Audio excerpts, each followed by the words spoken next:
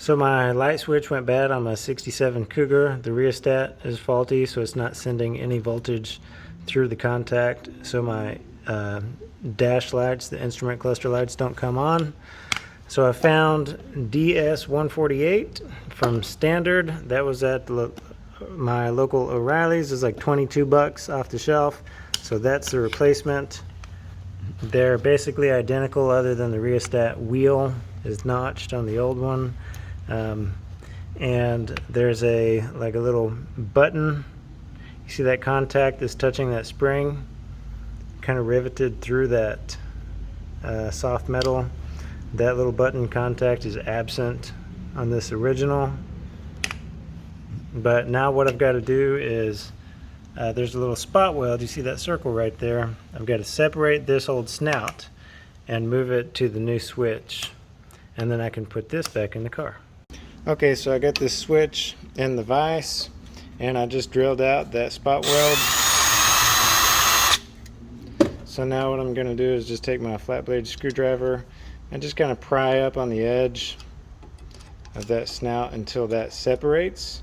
And then I did see there's actually another spot back here in the corner. So I might just try and, once I get this one lifted, just grab this with the pliers and just rock it back and forth until that one separates. Because I can't really get my drill bit down in there to drill that one out. Let's see. Yeah, just kind of pry it up, and that one that I drilled out just snapped free. So let's see if we can just get, yeah, that's all it took.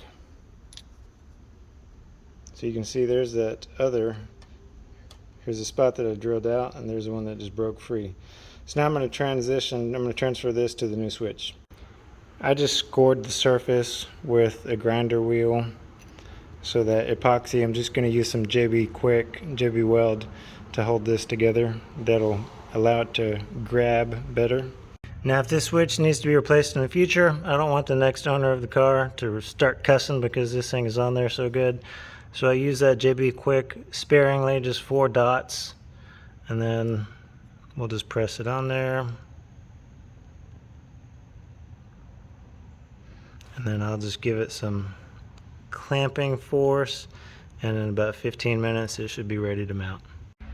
Now I've got the new switch mounted back in the dash.